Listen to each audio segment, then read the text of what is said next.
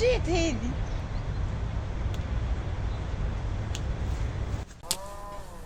يا اخي انا وي مرحبا بك في بلاد البركتان وتحديدا في نابل بكريم الهوارية في ساقية عم زهير. محليها البلاصه وما كبرها. اما البرقدان موجود كان في نابل؟ اكيد لا، نلقاو البركدان في عديد الولايات من بينهم بنزرت وجندوبة والقروان.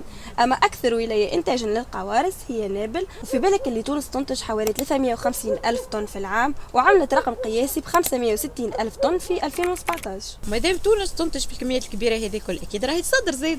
حسب المجمع المهني تصدر تونس حوالي 8000 طن من القوارص. تصدر تونس فرنسا، ليبيا، قطر والإمارات العربية المتحدة. ان شاء الله على خيرات بلادنا. بما انه تونس تعتبر رائده في انتاج القوارص، مالا شنو مالا الانواع اللي ننتجهم اللي تم تصديرهم لبرا؟ تونس معروفة بتنوع أصناف القوارص اللي مثل بريسك 33 صنف.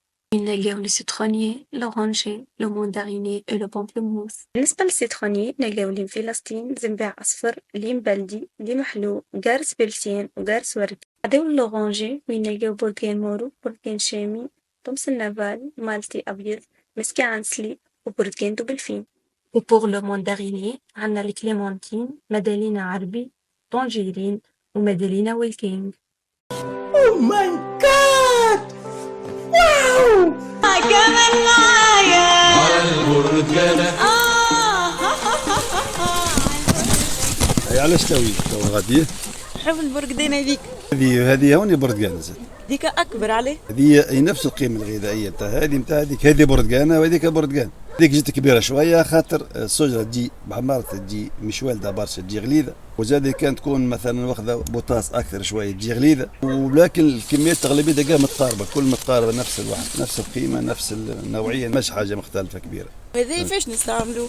هذه قوموش هذه نستعملها نقتلوا بها السيراتي، لأن عندنا ذبانة هنا تقرص لنا الكعب هذا اللي تشوف فيها ثم كعبات طايحين تشوف فيه.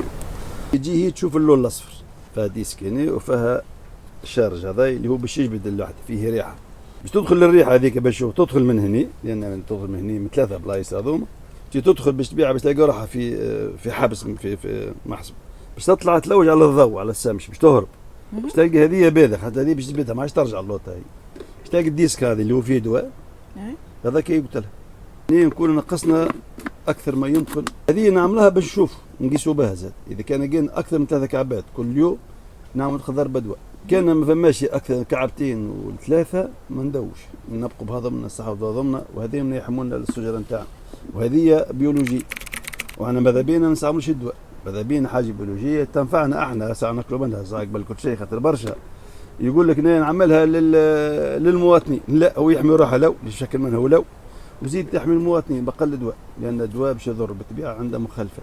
وشنو هما الامراض اللي نجموا يضربوا القوارص؟ برشا امراض، منها الكشني اللي هو مناعها كبيره وتنجم تضر لنا برشا من اصابه البرتقال، وتنجم هذه طايحه من الكشني اللي هو موجود اللي تشوف فيه لهنا وتجي بيضه هذه تضرب الشجره. عندنا المش بلون زاد اللي المش بلونش توي كي نورمال مش موجود، نازل اللي هو يضرب يبدا من شهر جوان، من نهار 1 جوان يبدا موجود، اللي هو يضرب الورقه بالطريقه هذه وتدخل هي لهنا تدخل وسط الورقه لان تعيش منها، وبعدين تعمل لها هذه تتعكر شكايه وتولي بالحاله هذه اللي هو موجود. هذا مرض يضر برشا بخصوص الزر اللي هو مرحله النمو، تو هذايا كبير شويه ما ياثرش برشا، ما الزر الصغير مرحله النمو ياثر عليه برشا يضره، وهذايا يداوى تقريبا 6 شهور العشريه مديه.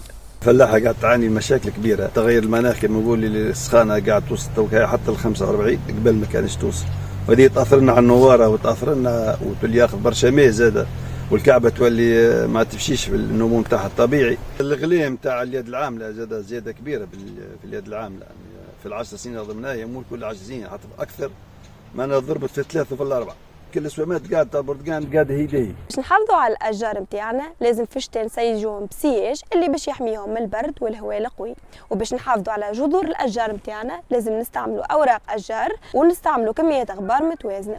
وكما تشوف لنا عم زهير اختار انه يستعمل الشجر نتاع زيتون اللي تويكا هما طولهم 3 متر في 3 سنين، وباش يوصل طولهم ل 7 متر في 7 سنين.